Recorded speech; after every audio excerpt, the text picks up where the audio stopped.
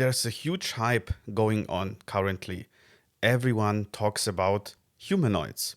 Also, our colleagues from logistics, including us, are very interested in this new technology. But it comes with many questions. Is it, after all, relevant for us? Does it bring benefits? We're gonna clarify this in this episode. Automation Awakenings, your weekly dose of best practices for logistics automation. Welcome back to another episode of the Automation Awakenings podcast with myself, Matthias, and the one and only Oliver Zuchowski. Welcome, Olli. Yes, Matthias, thank you very much. My last name didn't change, and I've seen the caption is working. Yeah, it is. Matthias Koblitz, my new name. Guys, if you missed that out, I'm married and I have a different surname. Well, and a different technology, a new technology, is entering the big logistics stage at the moment with a lot of media support, and that's the humanoid robots. As we discussed in the last episode, we now understand how humanoids are to be located in terms of robotics. They are basically utilitarian limbed robots as a group. But today we want to take a deeper look at why everyone in logistics is so excited about this technology at the moment and is discussing the application of it. And this is where I hand over back to you, Olli, with your first opinion on why this is currently going on. Yeah, first of all, there is one strange thing always around new technologies. Everybody thinks that they will solve all problems. I remember that with drones in logistics. Yeah. And now we all know that they actually didn't solve many problems or any problems at the end. And I think with humanoids it will be differently. Okay. Yeah, so there are no drones where we at the end will not find any proper use case. Yeah. For sure, there will be use cases. This is what we already know today. Yeah. Although the technology is not super advanced. Yeah. And I think one of the biggest promises that this technology brings in contrast to drones is that they are actually made to work straight away in human-centric environments. That means they can basically be deployed straight away in the same infrastructure, in the same facilities, in the same aisles, in the same corridors as humans do today, simply because they are planned to be, to resemble a human in terms of body, sometimes even in terms of height, in terms of weight, and so on and so forth. So I think the big promise here is that we can use them to work or to have a human working side by side with a humanoid, and also to have all of the safety, all of the intelligence features on board that will ensure that this collaborative mode will be a very, very safe one. Absolutely.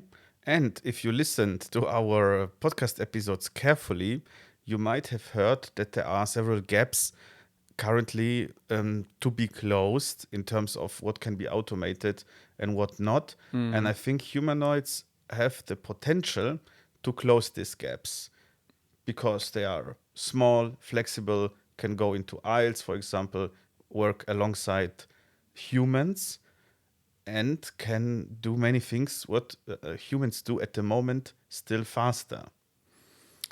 Yeah, at the moment they certainly don't do it faster. Yeah, So that's for sure. let's not overpace here. But I think that you mentioned a very important thing, Olli, flexibility. And I think this is also a key success factor for this whole humanoid story. Because I believe that they only will be successful if the manufacturers will design them in a way that they are able to quickly adopt a wide range of different tasks. I think this is a total must. Otherwise, if they're specialized for something or on something, let's say they're specialized to pick toads from a shelf and put them on a conveyor, okay? So there is a solution out there that is doing exactly that at the moment. We're going to talk about it later. But if you just focus on this one use case, you were totally open to the competition of other robotic solutions that are already on the market, that are already more mature, that are cheaper, that have better power supply, and so on. So I think this Swiss Army knife promise or hope that many have towards humanoids is probably boosting it in a way that we experience at the moment. Yeah, that's why I'm wondering why haven't seen up till now a humanoid with a tool belt walking around, because I think this is the actual power it has. Imagine this humanoid with a lot of tools. Yeah. Like, let's say we pick something or a carton box, Yeah. and we would like to close it with with tape. Then you could carry everything with you, and you could tape it. You could, on the other side, you could open it with a knife, for example. Yeah. So this would be the Swiss Army knife walking around your warehouse. Yeah. And we are still not there by far.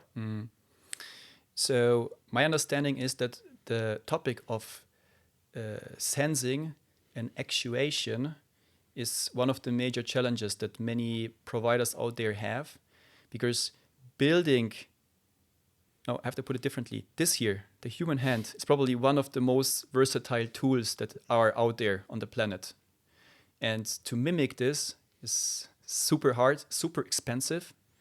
And I think that this is exactly where the technology or the industry is still hitting a wall at the moment, in terms of costs, in terms of also development efforts. And that's why I believe that many humanoids that we see out there at the moment, they are still very focused on certain tasks they can do to keep the costs for the limbs as cheap as possible. But this is required to close the gaps I was talking about. Yeah. Just to give you an example, we have plastic boxes, and we have good robotic solutions to grab them, Yeah. to pick them. For carton boxes, it's really complex, especially if the carton boxes have different shapes Yeah. and different thickness of the carton itself. For a human, it's no problem. Just by seeing the carton, you know how much power you need to grab it. For a robot, it's impossible. It will destroy the carton. If we use sensors, video, and learning algorithms to learn how to grab it, this would close the gap. And finally, I could use this robot for all kinds of boxes, which is not possible at the moment. Yeah, totally. So I think all of these, because let's be honest here, this is building a humanoid is the mixture of many different academic fields, mechanics, AI, sensing, actuation, electronics. All of this needs to interplay to form and create this very, very complex machine. And I simply believe, and it's not just me, it's many out there, if you talk to them, there is still gaps probably in all of these fields to be closed before we have this Swiss Army knife robot that first of all has a decent price. So it provides a good return on invest, that is very versatile, and that can be trained very fast to learn all of these tasks. Plus, that has a battery, don't forget this, that has a battery that is not too heavy, but still very, very long lasting, to ensure a sensible usage of the humanoids for entire shift, or I don't know, entire blocks of a shift. And I think all of that still needs to catch up, but it feels like there's been a certain breakthrough with these technologies just quite recently, um, and that this topic is really gaining speed.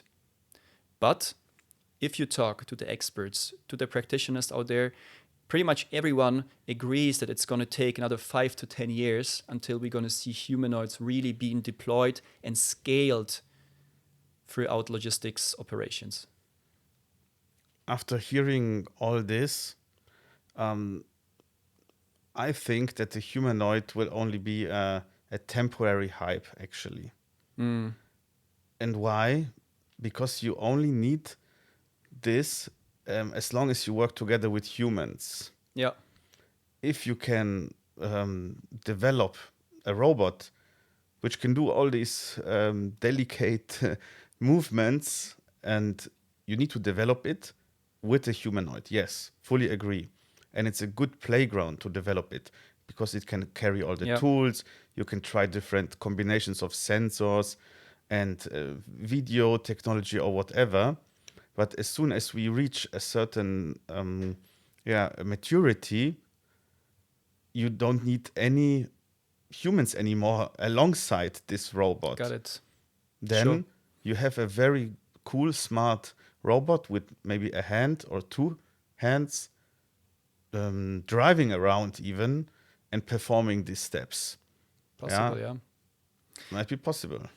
At least in logistics. I mean, if you open up your view also to other areas, let's say a barkeeper. Okay, so there was this, I think, We Robot conference by Tesla. Yeah. Did you see it? And they had like this barkeeper Optimus, like serving drinks. I think this is gonna stay a area where a humanoid looking like a humanoid today will make sense. With like two legs and being able to walk and bend and grab different stuff. I think there's quite some fields, quite some industries where this particular idea will make a lot of sense in terms of humanoid. Yeah, because here we have a very special requirement. The robot must be perceived as a human. Yeah, and I think this is also one of the big benefits while humanoids are having are such a hype topic at the moment, because they kind of like help to a certain extent for humans to accept them, because they look alike, they act alike, they speak alike, they move alike, maybe they even behave alike, and all of this is fostering the topic of change management, to put it into boring project management wording. You could also say to help accept them as a new type of robots that enter areas and simply spheres of life that haven't seen robotics before. Yeah, true. And if we go out to our customers outside, we see that many of them already today are, changing AGVs and AMRs to be more like a human. They are giving names Yes. to this AGV running around, sometimes even writing the name on the device. I also seen that they put real eyes, actual eyes on the device, or the display has like a face. Yeah, if it's running well, it's like smiling. If it has a problem, it's like going angry, and there's the actual face on the display. These Yeah. are all measures or ideas to make them nicer Yeah. to work with. Yeah. Yeah, and bring down these fears and questions people have. Totally. So let's end the episode here. And let's focus on the development of humanoids in our next session, which is going to be on Monday. So yeah, guys, once again, thank you for joining. Follow us on YouTube, follow us on Spotify, on Apple Podcasts, and of course, leave us a like if this content helped you. We hope to see you again next week to have a little history session with you and to talk about the evolution of humanoids from the 70s until today. See you. Take care. Goodbye. This was another episode of the Automation Awakenings podcast. Visit us at automation-awakenings.com.